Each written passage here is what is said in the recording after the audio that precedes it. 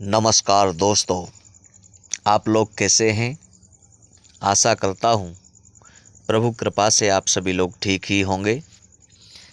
लेकिन आप लोग हर रोज़ मेरे चैनल के द्वारा नई नई कहानियाँ सुनते ही रहते हैं, लेकिन आज हम ऐसी भक्तिमयी कहानी आप लोगों को सुनाने के लिए जा रहे हैं जिससे आपको ज्ञात होगा कि अंजनी लाल हनुमान जी संकट मोचन कब से कहलाए और उन्हें किन्होंने आशीर्वाद दिया, जिससे आज चारों युगों में अंजनी लाल हनुमान का प्रताप नज़र आता है। वैसे भी आपने सुंदरकांड में पढ़ा होगा कि चारों युग प्रताप तुम्हारा है प्रसिद्ध जगत उजियारा। भाइयों, और ये बात ठीक ही है, किसी देवता का प्रताप सतयुग में रहा, किसी का द्वापर में रहा, किसी का त्रेता में रहा, तो किसी का कलयुग में है। लेकिन एक बात आपको मैं ज्ञात करा दूं कि अंजनी लाल हनुमान ही एक ऐसे देवता हैं जिनका प्रताप लगातार चारों युगों में बराबर चला आ रहा है। बात उस समय की है। आइए मैं कहानी शुरू करता हूँ। जब लंकापति रावण के वध के बाद जब अयोध्यापति प्रभु श्री राम की कीर्ति दूर दूर तक फैल रही थी और वह मर्यादा पुरुषोत्तम कहलाने लगे थे, तब एक दिन महादेव शिव की इच्छा भी मर्यादा पुरुषोत्तम श्री राम से मिलने की हुई। तो प्रभु जी पार्वती जी को संग लेकर कैलाश पर्वत से उतरकर अयोध्या नगर के रास्ते पर चल पड़े। भगवान शिव और माँ पार्वती को अयोध्या आया देखकर श्री सीताराम जी बहुत खुश हुए। एक बात और बता दूं कि शिव जी अपना इष्ट समझते हैं प्रभु राम को, और राम जी अपना इष्ट समझते हैं भूतनाथ भोले बाबा को। माता जानकी ने जब उनका उचित आदर सत्कार किया और स्वयं भोजन बनाने के लिए रसोई में चली गईं, इस बीच भगवान शिव ने प्रभु राम जी से पूछा, प्रभु आपके सेवक हनुमान जी दिखाई नहीं पड़ रहे, कहाँ हैं वो। इस बात का जवाब देते हुए प्रभु श्री राम बोले, प्रभु वो अभी बगीचे में गए हुए हैं। तो शिव जी ने श्री राम जी से बगीचे में जाने की अनुमति मांगी और पार्वती जी का हाथ अपने हाथ में थामा और बगीचे में आ गए।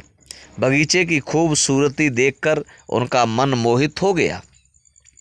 तो आम के एक घने वृक्ष के नीचे हनुमान जी दीन दुनिया से बेखबर गहरी नींद में सोए हुए थे और एक लय में उनके मुख से जो खर्राटे निकल रहे थे, उन खर्राटों से राम नाम की ध्वनि उठ रही थी।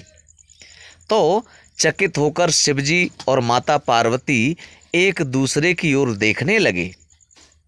माता पार्वती मुस्कुरा उठीं और वृक्ष की डालियों की ओर इशारा किया। राम नाम सुनकर पेड़ की डालियां भी झूमने लगीं और इनके बीच से भी राम नाम का स्वर गुंजार कर रहा है।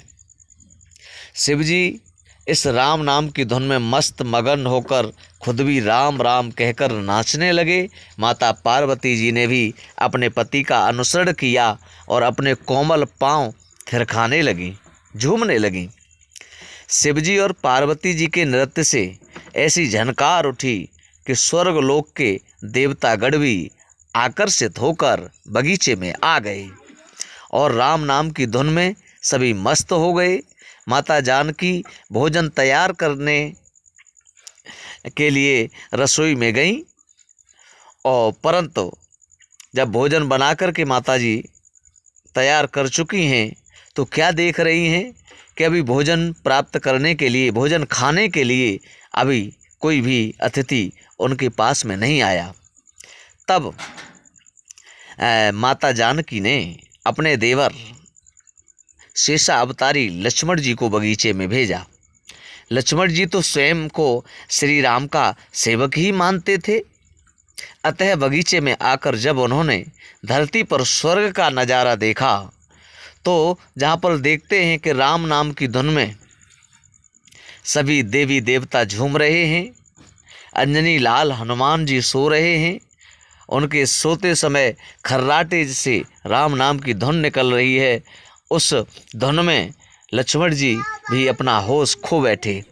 महल में माता जानकी जी परेशान हो रही थी कि अभी तक भोजन ग्रहण करने के लिए कोई नहीं आया। उन्होंने श्री राम जी से कहा, भोजन ठंडा हो रहा है, प्रभु आप सभी अतिथियों को बुला के ले आओ। तो प्रभु राम जी बगीचे में गए हैं सभी को बुलाने के लिए। तब सीता राम जी ने बगीचे में देखा, वहाँ तो राम नाम की धूम मची हुई थी। हनुमान जी गहरी नींद में सोए हुए थे और उनके खर्राटों से अभी तक राम नाम निकल रहा था। श्री सियाराम भाव विह्वल हो उठे। राम जी ने हनुमान जी को नींद से जगाया और प्रेम से उनकी तरफ निहारने लगे। हनुमान जी प्रभु को आया देख शीघ्रता से उठ खड़े हुए। नृत्य का समा भंग हो गया। शिवजी खुले कंठ से हनुमान जी की राम भक्ति की सराहना करने लगे। हनुमान जी संकुचाए लेकिन मन ही मन खुश हो रहे थे। श्री सिया राम ने भोजन करने का आग्रह किया। भगवान शिव जी से कहा, प्रभु आप सभी लोग चलें और हमारे महलों में प्रभु चलने के बाद आप लोग प्रसादी पाइए।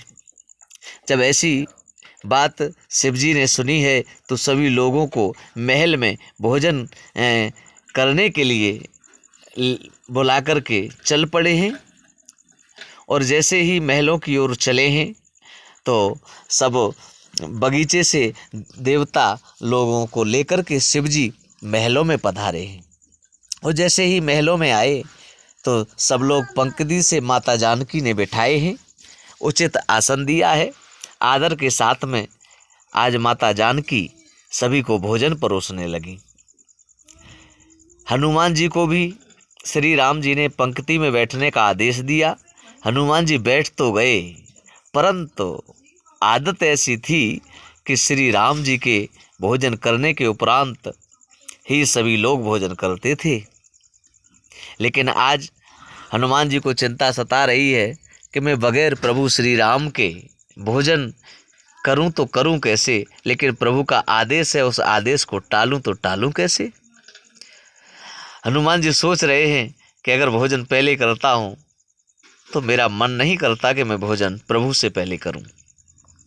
तो आज श्री राम के आदेश से पहले भोजन करना पड़ रहा है। मन बड़ा दुखी है अंजनी लाल हनुमान जी का, प्रभु भक्त का, कि भगवान से पहले भक्त भोजन करे तो करे कैसे।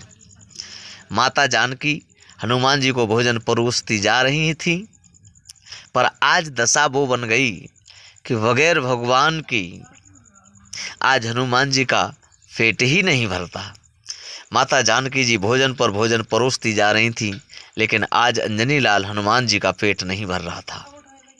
सीता जी कुछ समय तक तो उन्हें भोजन परोसती रहीं, फिर समझ गईं इस तरह से तो हनुमान जी का पेट नहीं भरेगा। तब माता जानकी, क्योंकि माता जानकी हनुमान जी के बारे में सब कुछ जानती थी, वो भी अपने पुत्र के सम जान करके हनुमान जी को बड़ा प्यार दुलार किया करती थी। भक्तों, कहानी को पूरा सुनिएगा, बड़ा ही अनूठा आनंद आएगा इस कहानी में। अंजनी लाल हनुमान की भक्ति कोई बनावटी भक्ति नहीं है। जो भक्त की भगवान के प्रति श्रद्धा, जो भाव, त्याग, समर्पण जो होता है ना, वो भक्ति में से एक भक्ति है अंजनी लाल हनुमान जी की। तो आज अंजनी लाल हनुमान जी भोजन कर रहे हैं, लेकिन भोजन पर भोजन माता परोसती जा रही हैं, लेकिन अंजनी लाल हनुमान का पेट नहीं भरता। क्या भक्ति है हनुमान जी की। आज आप लोग देख रहे होंगे सालासर में मेहंदीपुर बालाजी पर आपने देखा होगा हनुमान जी का प्रताप, और अभी करंट में आप लोग देख रहे होंगे हनुमान जी का ही वो प्रताप है जो बागेश्वर में नजर आता है। जो धीरेन्द्र कृष्ण शास्त्री जी पर बड़ी ही कृपा है अंजनी लाल हनुमान जी की। और इधर माता जानकी ने जब देखा है कि अंजनी लाल हनुमान का तो पेट ही नहीं भर रहा, तो माता जानकी तुरंत से रसोई घर से बाहर निकल के आती हैं। आंगन में देखा है कि एक तुलसी का बड़ा सुंदर हरा भरा वृक्ष खड़ा हुआ है। माता जानकी ने उस तुलसी के वृक्ष के पास में जाने के बाद कुछ तुलसी के पत्तों को लिया है और उन पत्तों पर लिखा है जय श्री राम और राम नाम लिखा और भोजन के साथ हनुमान जी को परोस दिया। लेकिन आज जैसे ही वो पत्तों के सहित भोजन को परोसा है न माने, तो आज तुलसी के पत्र खाते ही हनुमान जी को संतुष्टि मिली और वह भोजन खाकर उठकर खड़े हो गए। इधर जैसे ही भगवान श्री राम के इष्ट देव भूतनाथ भोले बाबा ने ये दृश्य देखा, तो आज हनुमान जी की और निहार करके हनुमान जी की बड़ी प्रशंसा करने लगे और कहने लगे, वाकई में अंजनी लाल हनुमान, आप प्रभु के एक अनूठे भक्त हो। और भगवान शिव ने प्रसन्न होकर हनुमान जी को आशीर्वाद दिया कि आप श्री राम की भक्तों में से कुछ अलग हो, लेकिन आपकी भक्ति ये आने वाले समय में, और आने वाले समय में ही नहीं, युगों युगों तक तुम्हारी लोग प्रशंसा करेंगे कि अगर भक्त हो तो अंजनी लाल हनुमान जैसा। और शिव जी ने आशीर्वाद दिया और ये कहा कि आप आज के बाद में संकट मोचन कहलाएंगे। तो हाँ दोस्तों, सच ही कहा है कि संकट काटने वाले हैं अंजनी लाल हनुमान। कहा है, संकट हरे मिटे सब पीरा, जो सुमिरे हनुमत बलबीरा। बोलिए अंजनी लाल हनुमान की जय। जय श्री राम। इसी प्रकार की दोस्तों हर रोज़ सुंदर सुंदर कहानियाँ सुनने के लिए आप लोग हमारे चैनल से जुड़े रहिएगा, और हर रोज़ नई नई कहानी सुनने के लिए आप घंटी वाला बटन ज़रूर दबाएं। हर रोज़ आपको नोटिफिकेशन मिलेगी, जिसमें आप सबसे पहले हमारी वीडियो देख व सुन पाएंगे। धन्यवाद। फिर मिलते हैं एक अगली नई वीडियो के साथ में। श्री राधे। जय श्री राम। जय बजरंगबली।